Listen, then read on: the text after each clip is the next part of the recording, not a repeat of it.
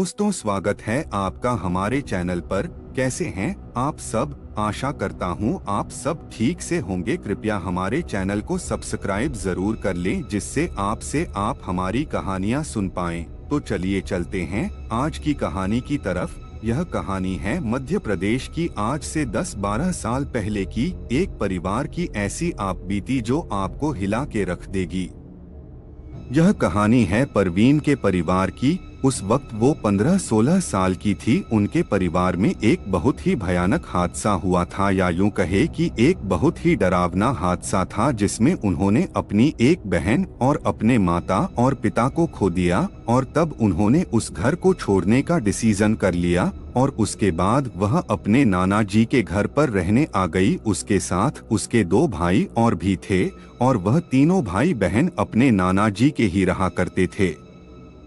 भोपाल से दूर एक गांव है जहां पर वह रहा करते थे। उस समय परवीन की उम्र 15-16 साल की रही होगी। उनके परिवार में उनके माँ पिता, वो 4 भाई बहन और एक दादी थी। कुल मिलाकर घर में 7 सदस्य थे। परवीन की बड़ी बहन का नाम तारा था, जिसकी उस हादसे में मौत हो गई थी, और वह उन सभी भाई बहनों में सबसे बड़ी थी। उनके परिवार को हम एक हैप्पी फैमिली तो नहीं कह सकते, लेकिन वह बहुत ही अमीर थे। उनके पास बहुत ज्यादा जमीन जायदाद थी, बहुत सारा बैंक बैलेंस था, यानी एक तरह से शाही जीवन था।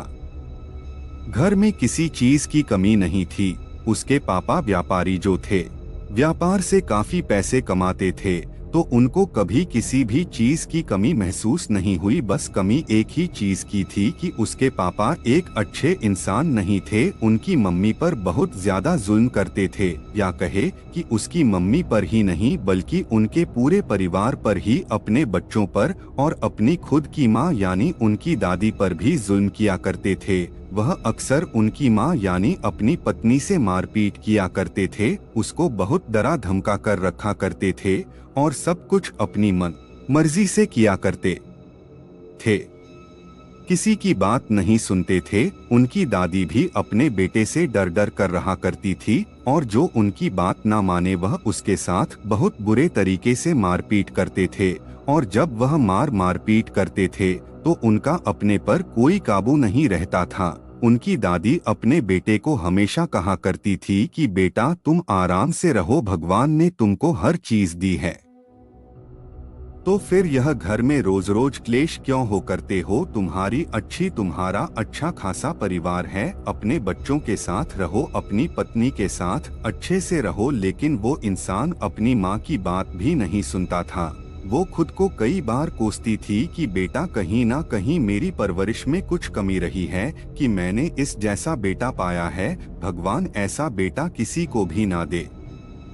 परवीन की मम्मी बेचारी हमेशा मार खाती रहती थी और अपने बच्चों के लिए हर जुल्म सहती रहती थी। अब एक बार उनके पिता ने जमीनों को जोतने के लिए एक नया ट्रैक्टर खरीदा, क्योंकि उनके काफी सारी जमीन थी। अब उसने ट्रैक्टर खरीदा और घर पर ले आया। हालांकि वह सब कुछ अपनी मनमर्जी से ही करता था। अपने परिवार की यह उनके लिए एक घर जैसा है। अगर तुम उनका घर उजाड़ोगे तो वह भी तुम्हारा घर उजाड़ देंगे। लेकिन उसने अपनी माँ की और अपने परिवार की बिल्कुल भी नहीं सुनी। उसे अपने पैसों पर, अपनी ताकत पर, अपने आप पर काफी सारा घमंड था। उसे लगता था कि जैसा वह चाहे वैसा वह कर सकता है, उसे कोई रोकने वाला नहीं है। और वह अपने इसी घमंड और गुरूर की वजह से उसने किसी की भी बात नहीं मानी। उसकी पत्नी ने भी उससे बहुत कहा कि आप ऐसा मत करो, पर वो न माना। वह तो वैसे ही उससे डर डर कर रहा करती थी, लेकिन अब उसने अपनी खुद की माँ की भी कोई बात नहीं मानी। अगले दिन ही उसने अपने घर में मजदूर वगैरह बुला लिए ताकि उस पेड़ को काटा जा सके। तो तब उसकी माँ ने कहा कि ठीक है, अगर तुम इस पेड़ को काटना ही चाहते हो तो इस पेड़ के पास धूप बत्ती कर दो, कुछ मीठी चीज का भोग लगाकर उनसे विनती कर लो, जिससे कि यहाँ पर कोई भी आत्मा वगैरह हो तो वह हमें परेशान नहीं करेगा। और अगर किसी पंडित को आप बुलाकर यहाँ पूजा वगैरह करेंगे तो हमें फिर परेशानी नहीं झेलनी पड़ेगी। उन चीजों का यहाँ पर बसेरा है। अगर हम पेड़ काटने से पहले उनको थोड़ा समय दे देते हैं ताकि यह यहाँ से अपना बसेरा छोड़कर किसी दूसरी जगह पर जाकर बस जाएं। लेकिन उसने बड़े ही गुस्से में कहा कि मुझे किसी चीज की कोई फिक्र नहीं है। अगर इसमें ऐसी कोई आत्मा वगैरह है या कोई पराई चीज है तो मुझे उनका कोई डर नहीं है। कोई मेरा कुछ भी नहीं बिगाड़ सकता है।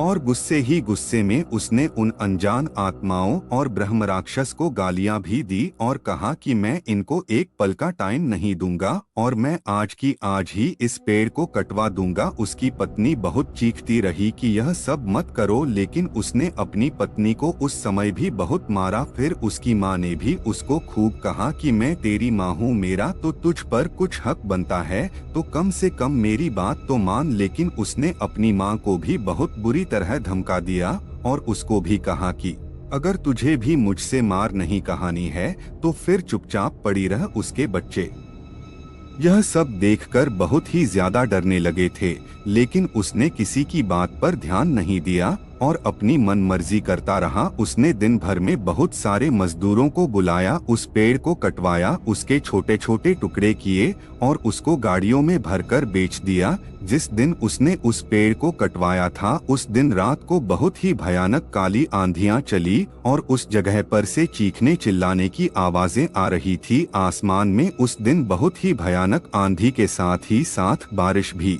पड़ी थी। लेकिन उसने सबको यह कहा कि यह तो केवल मौसम बदलने की वजह से ऐसा हुआ है और यह चीखने चिल्लाने की कोई आवाज नहीं आ रही है, बल्कि यह सब तुम्हारा भ्रम है।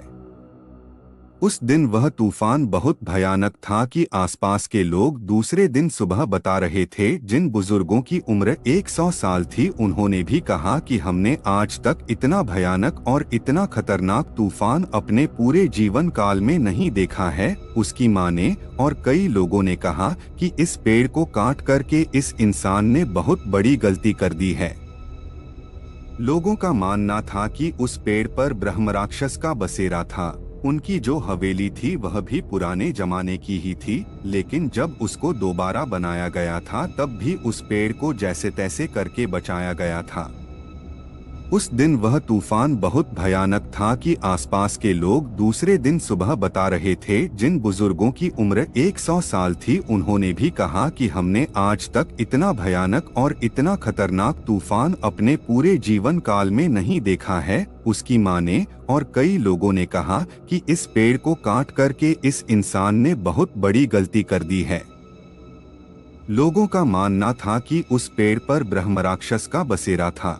उनकी जो हवेली थी वह भी पुराने जमाने की ही थी, लेकिन जब उसको दोबारा बनाया गया था तब भी उस पेड़ को जैसे तैसे करके बचाया गया था। लेकिन आज उस इंसान ने उस पेड़ को केवल एक छोटी सी वजह के कारण ही काट दिया। परवीन की माँ ने अपनी सास से कहा कि अब आप ही भगवान से माफी मांगिए कि हमारे घर पर कोई मुसीबत नहीं आए। तो उनकी दादी कहती है कि मेरे बेटे ने बहुत बड़ी गलती कर दी है।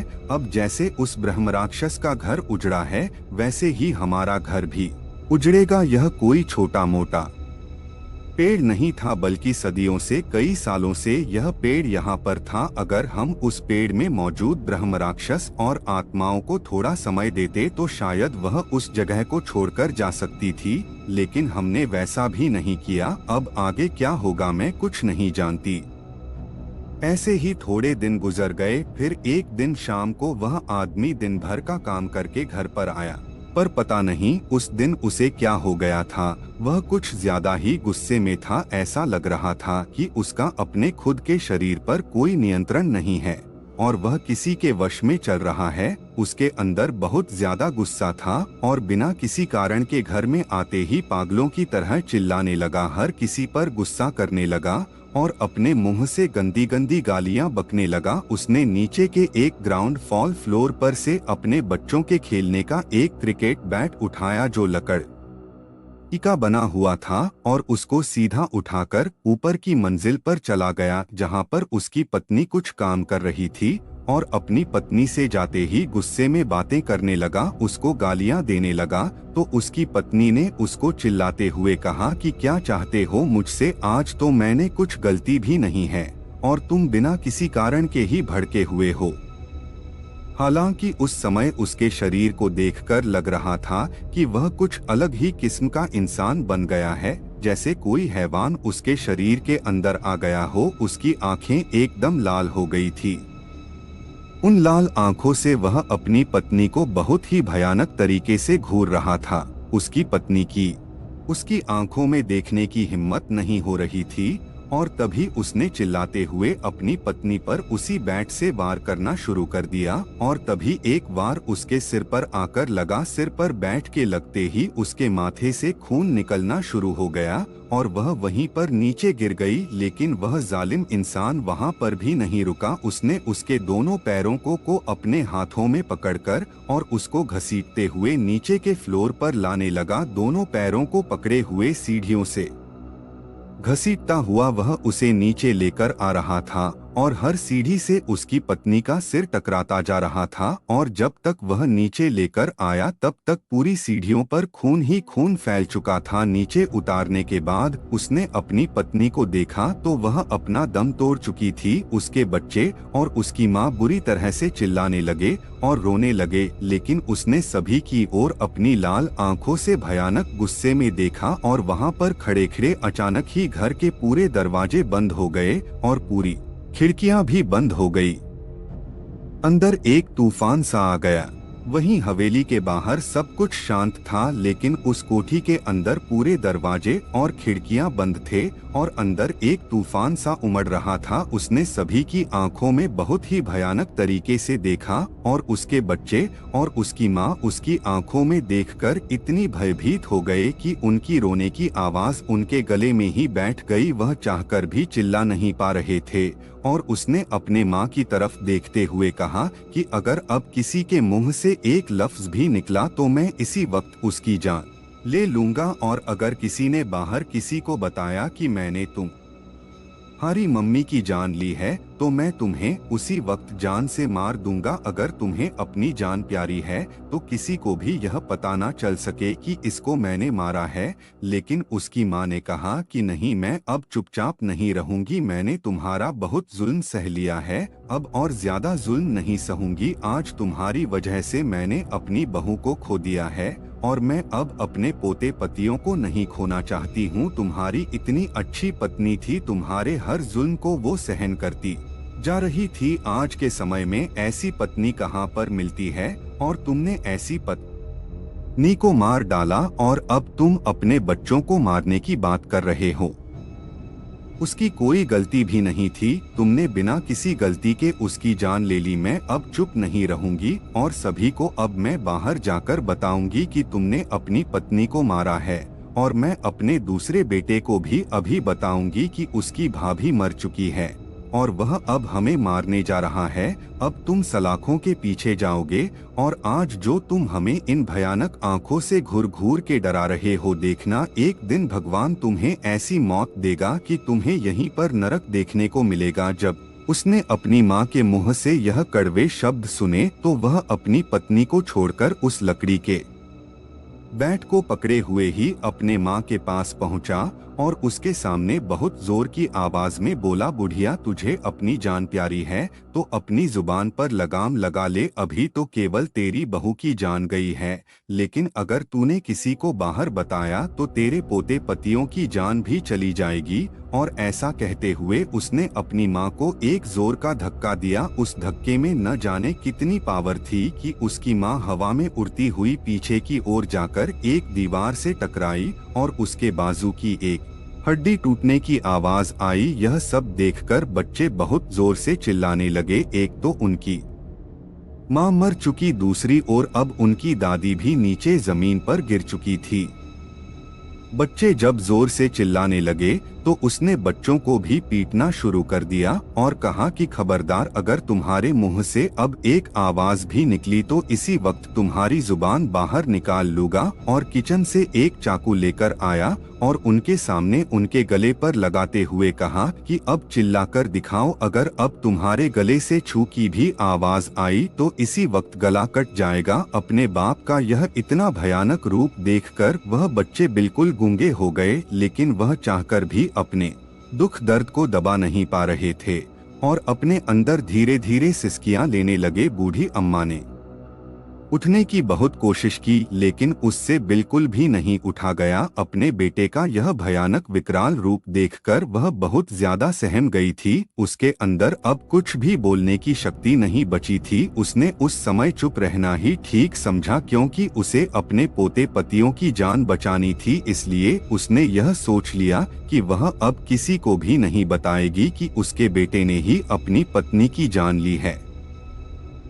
वह अपने बेटे बेटी और अपनी माँ से बोले कि अभी मैं बाहर जा रहा हूँ और थोड़ी देर के बाद वापस आऊंगा, और जब मेरे साथ बहुत सारे आदमी आए तो उनको यही बताना है कि ऊपर कुछ काम कर रही थी, सीढ़ियों पर से पैर फिसल गया और यह ऊपर से गिरती हुई आंगन में आ गिरी और सिर टकराने की वजह से इसकी मौत हो गई है। उसने कपड़े बदले और जल्दी से घर से बाहर निकल गया और थोड़ी देर बाद वह घर में घुसा, पर अब वह घर में घुसते ही बदल चुका था। उसके अंदर का पूरा गुस्सा गायब हो गया था। जैसे ही उसने अपनी पत्नी को सामने पड़े हुए देखा तो वह जोर से दहाड़े मार मार कर रोने लगा और सबको यह दिखाने लगा कि देखो, मैं अपनी पत्नी से कितना प्यार करता था और अब उसकी मौत को बर्दाश्त नहीं कर पा रहा हूँ। उसकी जोर जोर से रोने की दहाड़ सुनकर आसपास के लोग भी आ गए और उसको को रोते हुए देखकर किसी को भी यह यकीन नहीं हुआ कि इसी इंसान ने अपनी पत्नी को मारा है।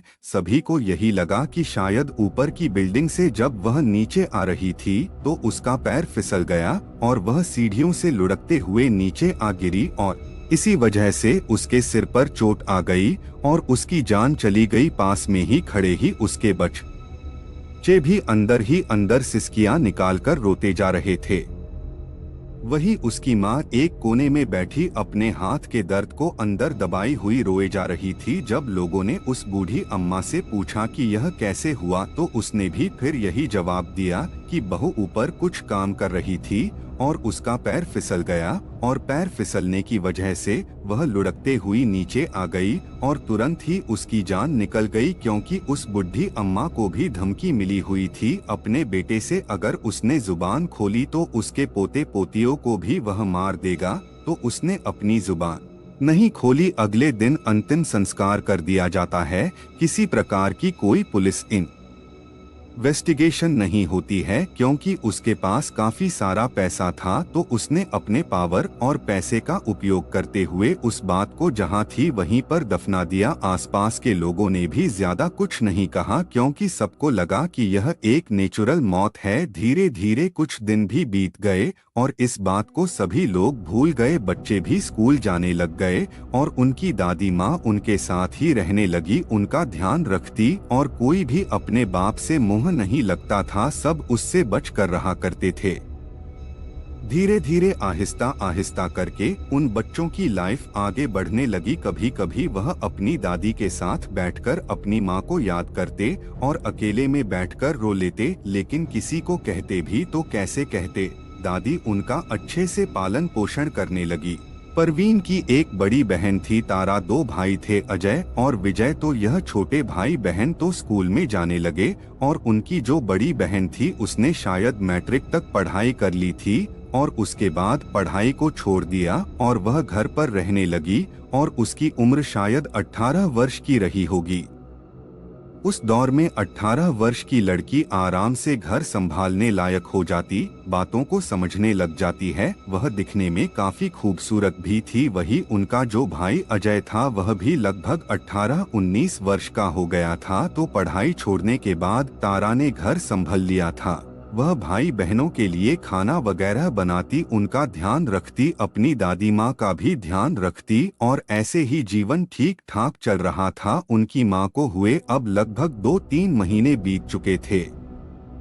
अब एक बार क्या हुआ कि उनके गांव में किसी की मौत हो गई थी, तो उसकी जो दादी थी वह वहां पर बैठने के लिए चली जाती है, यानी शोक प्रकट करने के लिए। तारा के जो छोटे भाई बहन थे यानी परवीन, अजय और विजय वह स्कूल में चले जाते हैं, तो तारा जब घर पर अकेली रहती थी तो वह अपने पूरे दरवाजे को बंद करके रखती थी, क्योंकि वह जवान लड़की थी तो अपनी सुरक्षा के लिए घर को बंद ही रखा करती थी। तो उसकी दादी ने कहा कि बेटा मैं वहाँ पर जा रही हूँ, तो तुम जब तक खाना वगैरह बना लो और तब तक तुम्हारे छोटे भाई बहन भी आ जाएंगे और मैं भी जल्दी ही जाकर के आ जाऊंगी, तुम अपना अकेले अच्छे से ध्यान रखना। तो उसने कहा ठीक है दादी माँ आप जाइए, मैं अपना ध्यान ठीक से रखूंगी और तब तक मैं खाना वगैरह बना करके तैयार रखती हूँ। तो वह किचन में गई और उसने चूल्हे पर दाल चढ़ा दी और साथ में रोटियां बनाने के लिए आटा लगाने लगी। उसने सोचा कि जब तक यह दाल तैयार होगी तब तक मैं आटा लगा करके तैयार कर लेती हूँ, उसके बाद हाथों हाथ गर्म गर्म रोटी सेक दूंगी जब वह भाई बहन आएंगे,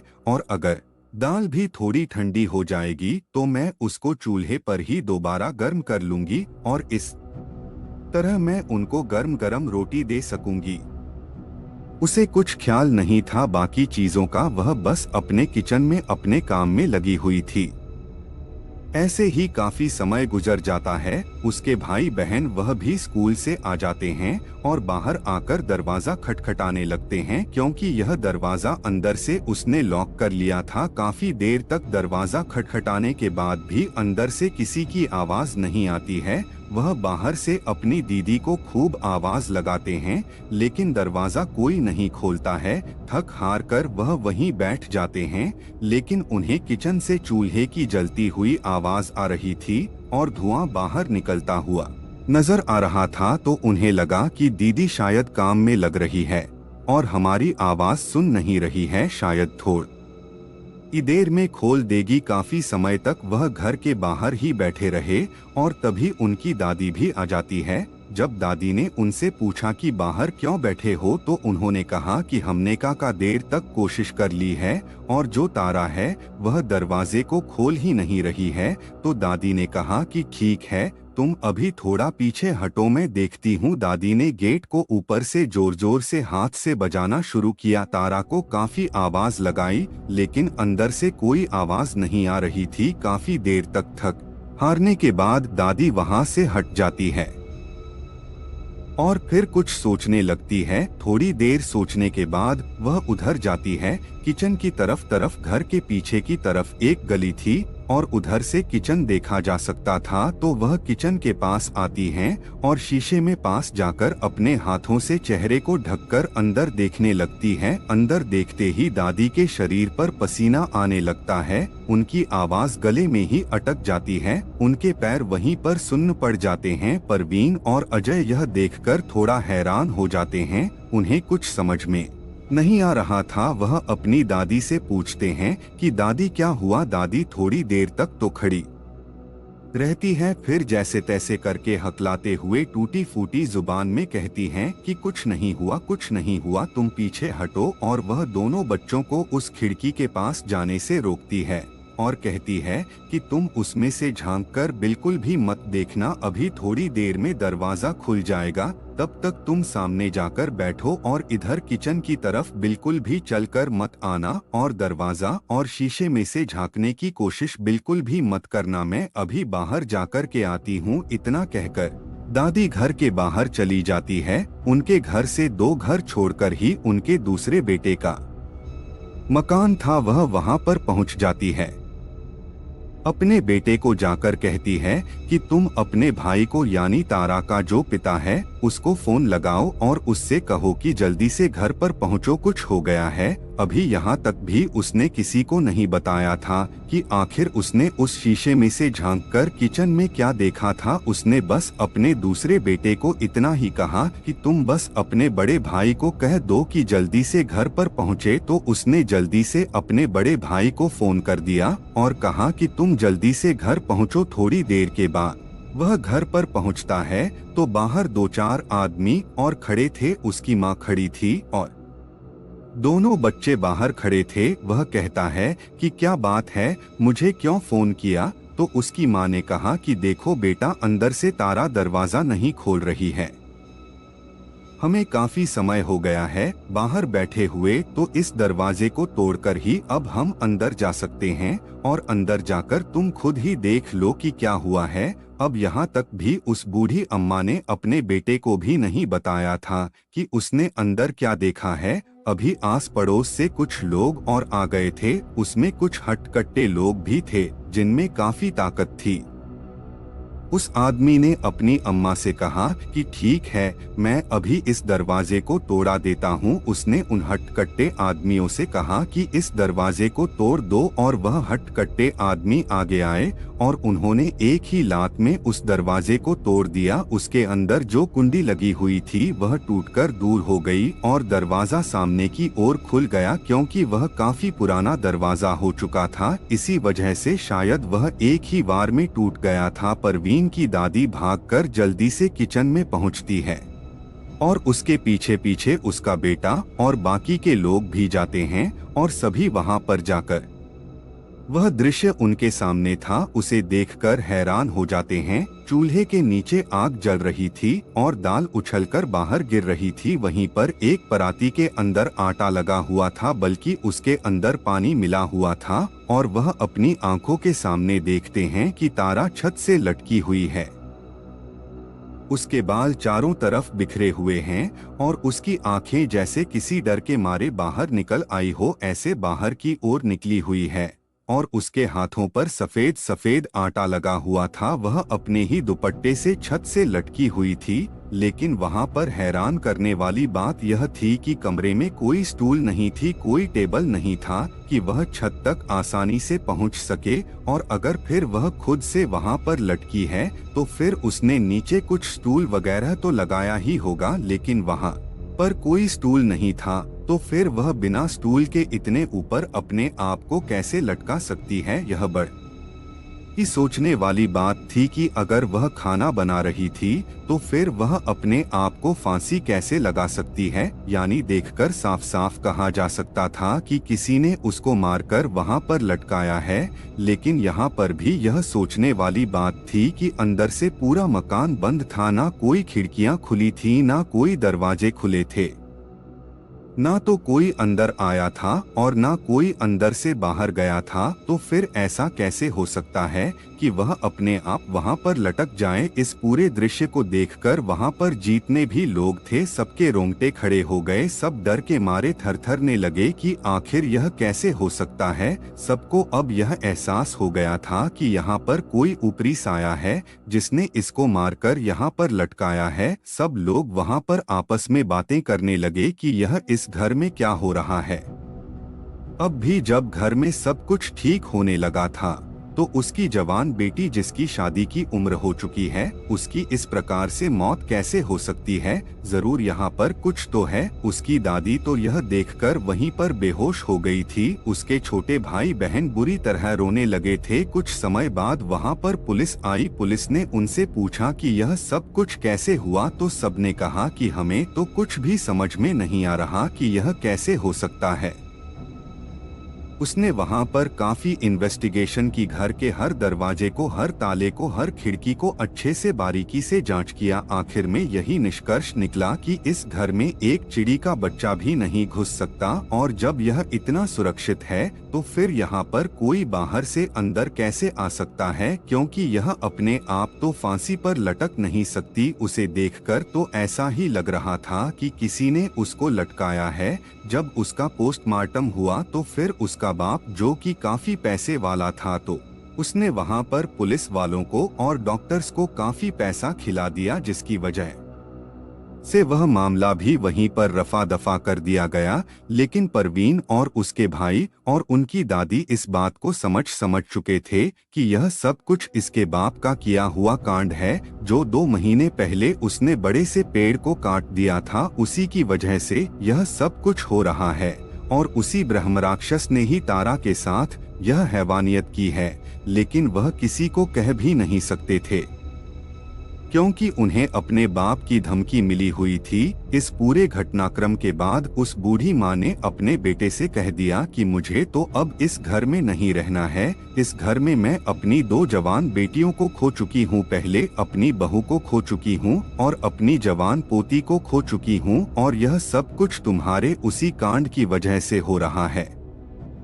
मैंने पहले ही तुम्हें चेताया था कि उस पेड़ को काटने से पहले कुछ हवन या पूजा पाठ वगैरह वहाँ पर दे देते तो आज यह नौबत हमें देखने को नहीं मिलती। जैसे तुमने उनका घर उजाड़ा, आज देखो तुम्हारे घर से 2 जवान औरतों की लाशें निकल चुकी हैं। आज तुम्हारा घर उजड़ चुका है और अब भी तुम इस चीज को नहीं समझ रहे हो। मुझे अभी इस घर में नहीं रहना, मैं एक पल भी इस घर में नहीं रखूंगी। मैं तो अब अपने दूसरे बेटे के पास जाकर रह लूंगी। लेकिन फिर उस आदमी ने अपनी माँ को धमकाते हुए कहा कि नहीं, तुम कहीं नहीं जाओगी, तुम यहीं पर इन्हीं बच्चों के साथ रहोगी, और खबरदार अगर दोबारा अपने छोटे बेटे के पास जाने का नाम लिया तो, और अगर फिर भी तुम वहां पर जाने की कोशिश करोगी तो मैं तुम्हारे इन बाकी बचे हुए बच्चों को और मार डालूंगा। उसकी माँ कहती है कि अब भी तुम्हारा पेट नहीं भरा, घर से 2 महीने में 2 जवान औरतें मर चुकी हैं, उसके बाद भी तुम अपने ही बेटे बेटियों को मारने की बातें कर रहे हो। तो उसने कहा कि मुझे इस बात से कोई मतलब नहीं, लेकिन अगर तुम इस घर को छोड़कर गई तो मैं उन्हें जरूर मार डालूंगा। जैसे वह अपनी बीवी को धमकी दिया करता था वैसे ही वह अपनी माँ को भी धमकी देने लगा। तो उसकी माँ बेचारी क्या करती, उसे कोई रास्ता नजर नहीं आ रहा था। तो उसने सोचा कि पहले ही 2 बेटियों को मैं खो चुकी हूँ, तो अब इन बाकी बचे हुए मेरे पोतों को बचाना है, तो फिर मुझे यहीं पर रुकना होगा। वहीं उसके पोते पोती भी यह कहने लगे कि नहीं दादी माँ, तुम यहीं रुक जाओ, अगर तुम चली गई तो फिर हमारा कोई नहीं रहेगा, हम भी अपनी जान से हाथ धो बैठेंगे, हमें अकेले में बहुत डर लगेगा। तो उस माँ ने डिसाइड किया कि मुझे अपने बच्चों की खातिर अब यहीं पर वापस रुकना पड़ेगा। उसने वहीं पर रुकने का फैसला कर लिया। कभी कभी वह बूढ़ी अम्मा अपने दूसरे बेटे के पास में जाकर बैठ जाया करती थी, उससे भी आपस की बातें कर लिया करती थी। लेकिन जैसे ही उस आदमी को पता चला कि वो अपने दूसरे बेटे के पास जा रही है तो उसने उसका घर से बाहर निकलना ही बंद कर दिया और उसे धमकाने लगा कि अब से तुम घर से बाहर जाकर अपने बेटे से ही नहीं है बल्कि किसी से भी बात नहीं करोगी, केवल अपने घर में रहोगी। दरअसल कहीं ना कहीं उसे भी यह डर लगने लगा था कि कहीं माँ का दिल पिघल ना जाए और वह अपने जज्बातों को छुपा ना सके और कहीं दूसरे के सामने मेरी करतूतों को उजागर ना कर दे। हालांकि उसे यह भी अब महसूस होने लगा था कि पहले अपनी पत्नी और अब अचानक से जिसमें उसकी बेटी की मौत हुई थी, तो उससे थोड़ा थोड़ा शक होने लगा था कि घर में कुछ तो बवाल है, कुछ बाहरी ताकतें हैं जो घर को तबाह करने में लगी हुई है। लेकिन क्योंकि उसे अपने पैसे का, अपनी पावर का, अपना जो गुरूर और घमंड था वह उस इन चीजों को मानने की इजाजत नहीं दे रहा था। उसे लग रहा था कि मैं इन चीजों के सामने कैसे झुक सकता हूँ, मैं जो चाहे वह कर सकता हूँ। तो अपने घमंड की वजह से वह इन चीजों को स्वीकार नहीं कर पा रहा था। अब इस आदमी की परिवार की बर्बादी तो शुरू हो ही चुकी थी, लेकिन अब इसकी खुद की बर्बादी होना बाकी थी। जैसे ही थोड़ा समय गुजरा तो इसका जो दूसरा भाई था उसके 2 बेटे थे, यानी इसके जो भतीजे थे, उन्होंने इससे कहा कि हमें भी अपने दादा की जो जायदाद है उसमें अपना दूसरा हिस्सा चाहिए, हमें अपने बराबर का हिस्सा चाहिए। दादा की जो जमीन थी, हवेली थी, उन सबका 2 हिस्सा होना चाहिए, ट्रैक्टर के भी हिस्से होने चाहिए और बाकी अपनी जो भी जमीनें हैं उनमें भी हमें हमारा हिस्सा चाहिए। लेकिन इस आदमी ने कहा कि मैं तुम्हें 1 फूटी कौड़ी नहीं दूंगा, क्योंकि माँ मेरे पास रह रही है, तो जो माँ को पालेगा वही पूरी संपत्ति को रखेगा। मैं किसी भी चीज में तुम्हें कोई हिस्सा नहीं दूंगा। अब इस पूरे घटनाक्रम के बीच उस बूढ़ी अम्मा ने अपने दूसरे छोटे बेटे के नाम भी थोड़ी बहुत संपत्ति करवा दी थी और यह काम उसने बहुत ही चोरी चुपके से किया था। वह थोड़ी जमीन तो अपने बेटे के नाम कर देती है और बाकी अपने हिस्से की जमीन अपने पोतों और पोती के नाम कर देती है। इधर परवीन के बाप की जो अपने भाइयों के साथ लड़ाई थी वह काफी ज्यादा बढ़ गई थी। मामला कोर्ट कचहरी तक पहुंच जाता है और वहां पर उसके भतीजे कहते हैं कि हमें तुम्हारे ट्रैक्टर में से भी हिस्सेदारी चाहिए। अब उसके जो भतीजे होते हैं वह बहुत ही बदमाश किस्म के होते हैं, उन्हें कोर्ट लफड़े से मतलब नहीं है, वह कुछ करने की सोच लेते हैं ना तो वह फिर कुछ भी कर देते हैं, मतलब बड़े बदमाश किस्म के हैं और हथियार वगैरह रखते हैं। तो परवीन के बाप ने कहा कि मैं तुम्हें किस बात का ट्रैक्टर में हिस्सा दूं? ट्रैक्टर तो मैंने अपने पैसों से खरीदा है, यानी जिस ट्रैक्टर की वजह से यह पूरा मसला शुरू हुआ था। अगर वह ट्रैक्टर ना आता तो वह पेड़ नहीं कटता, अगर वह पेड़ नहीं काटता तो उसका घर ना उजड़ता। और आज उसी ट्रैक्टर के उसके भतीजे 2 हिस्से करवा रहे थे। अब उसके भतीजे ऐसे ही तैश तैश में आकर यह भी बोल देते हैं कि ट्रैक्टर तो तुम्हें देना ही पड़ेगा, क्योंकि जमीन तो दादी माँ हमारे नाम पहले ही कर चुकी है। अब जैसे ही उसे इस बात को पता चलता है कि उसकी माँ ने कुछ संपत्ति पोतों और दूसरे बेटे के नाम कर देती है तो वह बहुत गुस्सा हो जाता है, वह पूरी तरह आग बबूला हो जाता है और कहता है कि अब तो मेरी माँ जान से गई। जिस जमीन के लिए मैंने इतना कुछ किया उसने मेरी बगैर इजाजत के ही जमीन किसी दूसरे के नाम कैसे कर दी। अब वह वहीं से आग बबूला होकर सीधे अपने घर आया और जाकर अपनी माँ से गाली गलौज करने लगा, उसे काफी ज्यादा मारपीट की। उसने कहा कि तुम्हारी हिम्मत कैसे हुई कि मेरे बगैर तुमने मेरे ही दुश्मनों को वह जमीन दे दी, यह तुमने कुछ अच्छा नहीं किया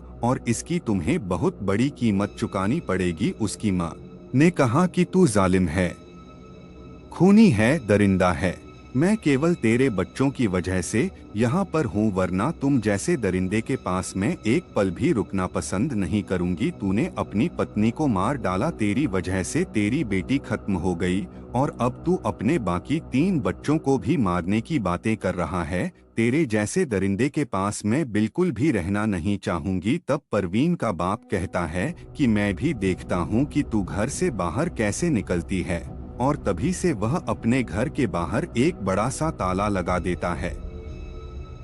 घर के 2 दरवाजे थे, एक पीछे का और एक आगे का। वो पीछे के दरवाजे को तो हमेशा के लिए लॉक कर देता और आगे के दरवाजे को जब भी घर से बाहर जाता है तो उसको लॉक करके जाता है और उसकी माँ और उसके बच्चे उसी में कैद होकर रह जाते हैं। इसके अलावा उसने एक और काम किया कि कुछ खतरनाक से कुत्ते वह अपने घर पर लेकर आया। शायद 3-4 कुत्ते रहे होंगे और उन कुत्तों को उनके ही जिस्म की खुशबू सूंघा दी। अब अगर वह बाहर निकलने की कोशिश भी करते तो वो कुत्ते इनको नोच डालते, तो वह तीनों बच्चे और उनकी दादी उसी घर में कैद होकर रह जाते हैं और उन कुत्तों के डर से बिल्कुल भी बाहर नहीं निकल पाते। बाहर तो छोड़ो, अगर वह खिड़की से भी खिड़की को भी खोलकर बाहर की ओर झांकते तो वह कुत्ते उनकी तरफ देखकर भौंकने लगते। वह कुत्ते इतने ज्यादा खतरनाक थे कि अगर वह बाहर निकलने की कोशिश भी करते तो वह शायद उनको चीर फाड़ कर खा जाते हैं और इसी वजह से वह बाहर नहीं निकल पाते हैं। अंदर उनकी दादी ही उनका सहारा होती है।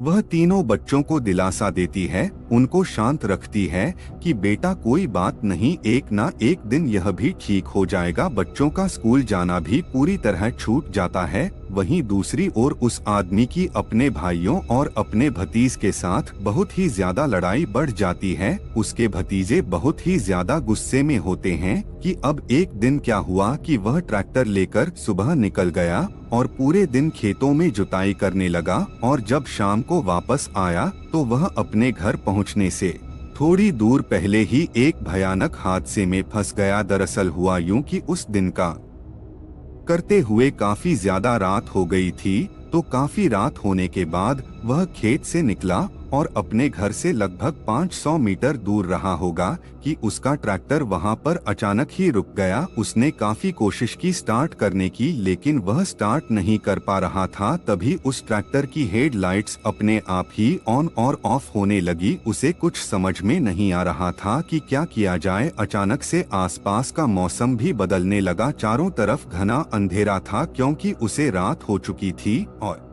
आसमान में काले काले बादल उसे उभरते हुए दिखाई दे रहे थे, तेज हवाएं चलने लगी थी और उस भयानक तूफान में वह उस ट्रैक्टर के साथ वहीं पर फंस गया था। जब वह स्टार्ट नहीं हुआ तो उसने सोचा कि मैं अभी तो इस ट्रैक्टर को यहीं पर छोड़कर चला जाता हूं और कल सुबह आकर इस ट्रैक्टर को ले जाऊंगा। वैसे भी घर कोई ज्यादा दूर तो है नहीं, लगभग 500 मीटर का रास्ता है, मैं पैदल चला जाऊंगा। लेकिन जैसे ही उसने उस ट्रैक्टर से उठने की कोशिश की, उससे उठा ही नहीं गया और तभी आसमान में भयानक रूप से बिजली खड़कने लगी। उस भयानक माहौल को देखकर पहली बार उस इंसान को डर का एहसास हुआ। उसके हाथ पैर वहां पर जाम हो गए थे। वह चिल्लाना तो चाह रहा था, लेकिन ना जाने क्यों उसकी आवाज गले में ही अटकी जा रही थी। उसके हाथ पैर ऐसे लग रहे थे मानो किसी ने उसको दबा करके पकड़ लिया हो। तभी उसकी सांसें धीरे धीरे बंद होने लगी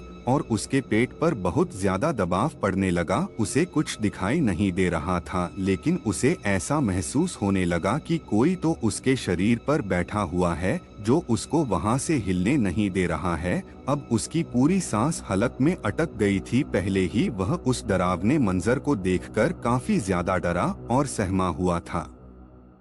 अब उसके साथ जो गुजर रही थी उससे वह पूरी तरह कांप उठा था। उस भयानक मौसम में उसके पूरे शरीर पर पसीना पसीना आ चुका था। उसे लगा कि अब उसका अंतिम समय निकट आ चुका है और उसे अपनी पूरी गलतियां, अपना पूरा जीवन अपनी आंखों के सामने याद आने लगा कि कैसे उसने अपनी पत्नी पर हमेशा जुल्म किए हैं और उसी की गलती की वजह से उसकी जवान बेटी खत्म हुई है और वह अपनी माँ को कैसे तकलीफ देता है। पहली बार वह अपने आप को बहुत लाचार महसूस कर रहा था और अपनी गलतियों पर बड़ा पश्चाताप हो रहा था। अब उसे यह भी एहसास हो गया था कि उस पुराने पेड़ को काटने की वजह से ही उस पर जो आत्माएं थी या फिर जो ब्रह्म राक्षस था वो उससे बदला ले रहा है, क्योंकि उसने उसके पूरे घर को उजाड़ दिया था और वह आज पूरे मन से इस चीज को स्वीकार कर पा रहा था। और अब जिस हालत में वह फंसा हुआ था वह सब कुछ उसी ब्रह्म राक्षस का किया हुआ काम था। तभी उसे एक भयानक सी आवाज सुनाई देती है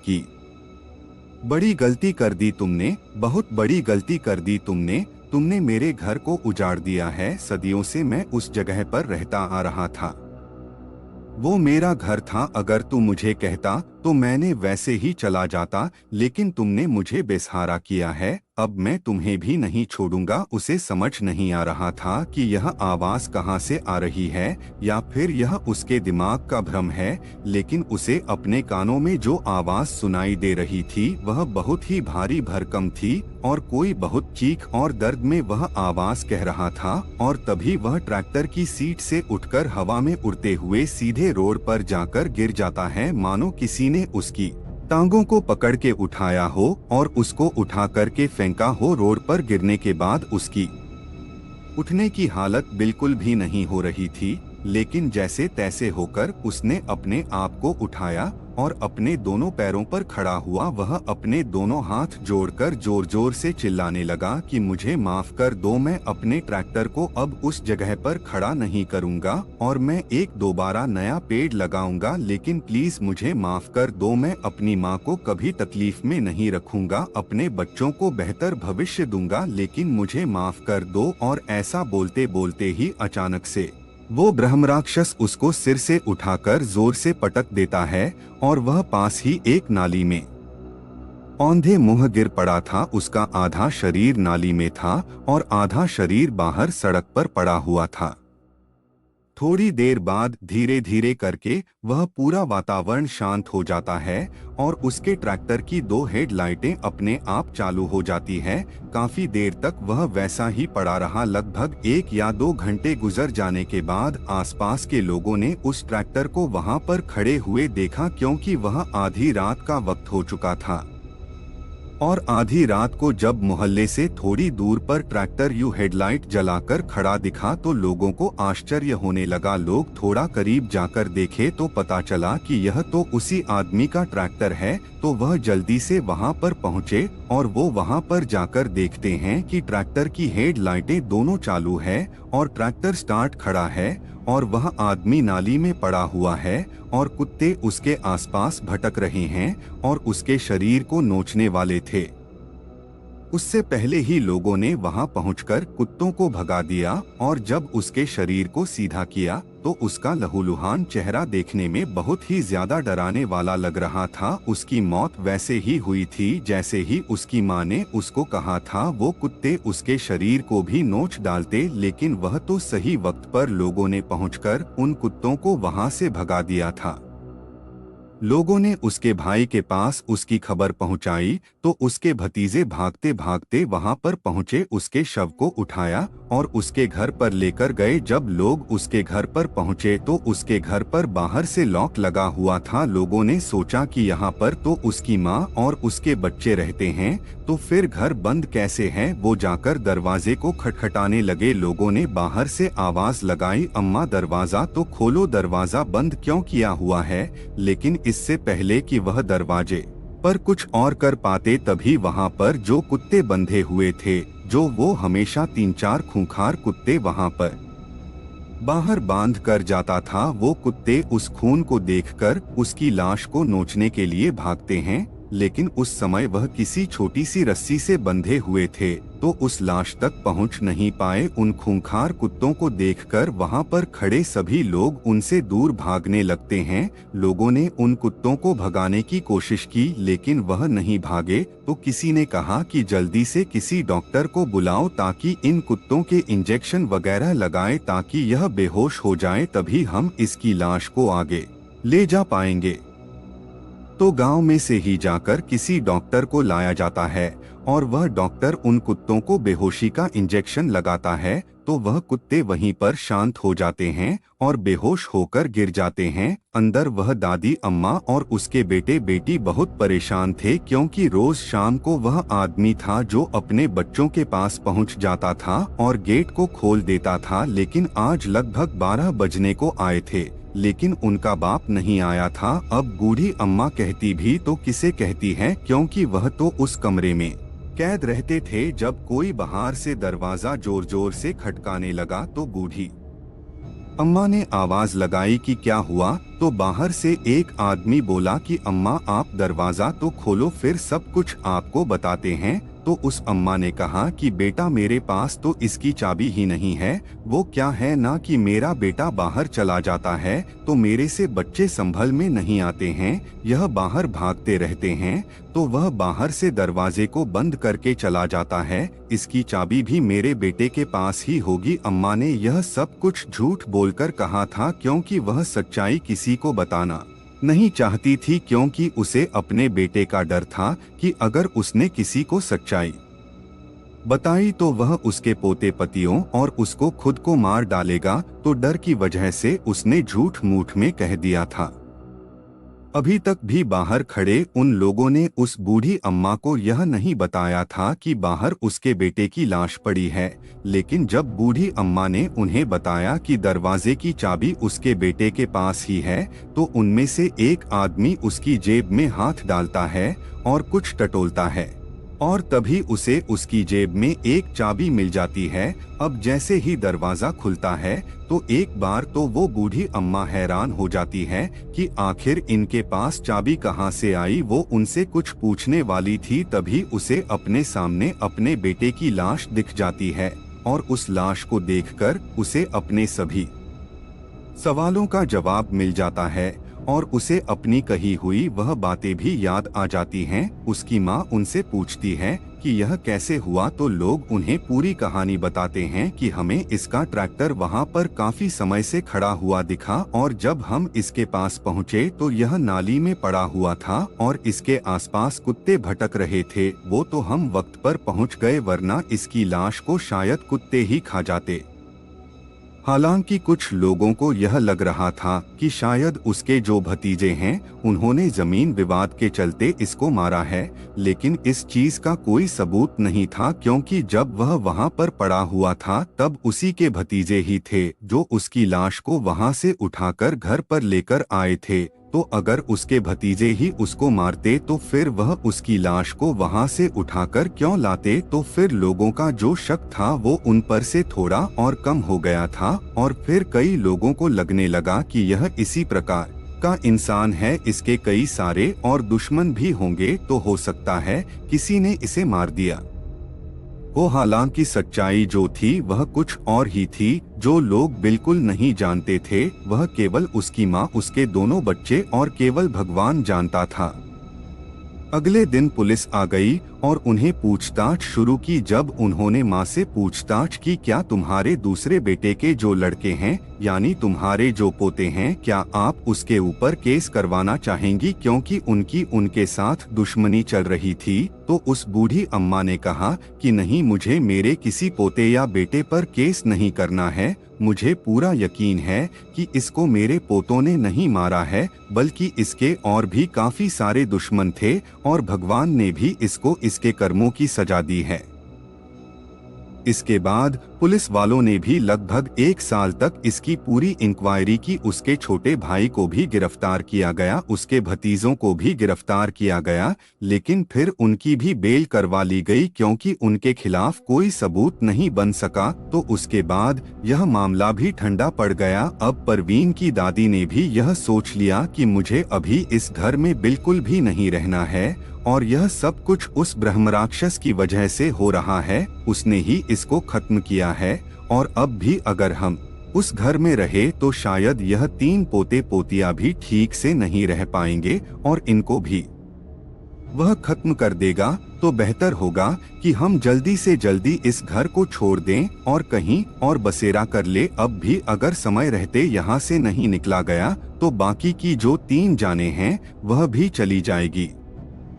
उस बूढ़ी दादी ने उसके बाद कुछ पंडितों को बुलाया और उस हवेली को देखने के लिए कहा। तो उन्होंने कहा कि आपके बेटे ने बहुत बड़ी गलती की। उस पेड़ के अंदर एक ब्रह्मराक्षस रहता था, उसने कभी किसी को नुकसान नहीं पहुंचाया। पिछले 200 सालों से वह यहाँ पर था, लेकिन 200 सालों से जितने भी लोग इस घर में रहते हुए आ रहे हैं, कभी किसी को परेशान नहीं किया, लेकिन पहली बार आपके बेटे ने उसको परेशान किया तो उसने बदले में इस घर को उजाड़ दिया है। उन्होंने यह भी बताया कि यह घर इतना फला फूला हमेशा इसीलिए रहा है क्योंकि यह ब्रह्मराक्षस इस घर को नुकसान पहुंचाने के बजाय हमेशा इसको फायदा देता आ रहा था। तभी तो आज यह हवेली आसपास के गांवों की सबसे बड़ी हवेली है। आपका बेटा हमेशा इसीलिए फायदे में रहता था क्योंकि यह ब्रह्मराक्षस उसको फायदा पहुंचाते थे। इस हवेली में कभी किसी चीज की कमी नहीं आने दी और हमेशा इसको बढ़ाने पर ही लगे रहे। और आपके बेटे ने उसको चेतावनी दी थी कि तुम मेरा कुछ नहीं उखाड़ सकते, तुम मेरा कुछ नहीं बिगाड़ सकते, मैं इन चीजों को नहीं मानता। तो आज देख लो, आज उसने उखाड़ के दिखा दिया है। और जिस घर को इन्होंने ही 200 सालों से इतनी मेहनत करके बड़ा किया था, आज उन्होंने ही इस घर को खत्म कर दिया है। आज इस घर का कोई वारिस नहीं बचा है और ना ही यह घर अब रहने लायक रहा है। पंडितों ने बताया कि अगर आपका बेटा इनको 6 घंटे या 12 घंटे का वक्त देता, अगर यह इस तरह से करता तो ब्रह्मराक्षस कभी किसी को नुकसान नहीं पहुंचाता और वह चुपचाप उस जगह को छोड़कर चला जाता कि इस आदमी ने हमें वक्त दिया है और हमसे विनती की है तो यह इस जगह को छोड़कर जा सकता था। लेकिन आपके बेटे ने इनको एक पल का वक्त नहीं दिया। वक्त देना तो छोड़ो, बल्कि इनको गालियां निकाली, इनके साथ बड़ी बेशर्मी से पेश आया और इसी वजह से इनके अंदर बदला लेने की भावना पैदा हो गई।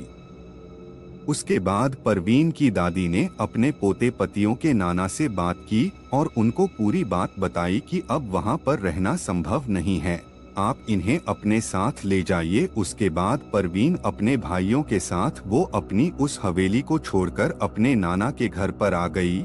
मुझे पूरा यकीन है कि यह कहानी आपको काफी पसंद आई होगी और मैं चाहता हूं कि आगे भी ऐसी ही कहानियां आपको सुनने को मिलती रहे। तो हमारे चैनल को सब्सक्राइब जरूर कीजिएगा।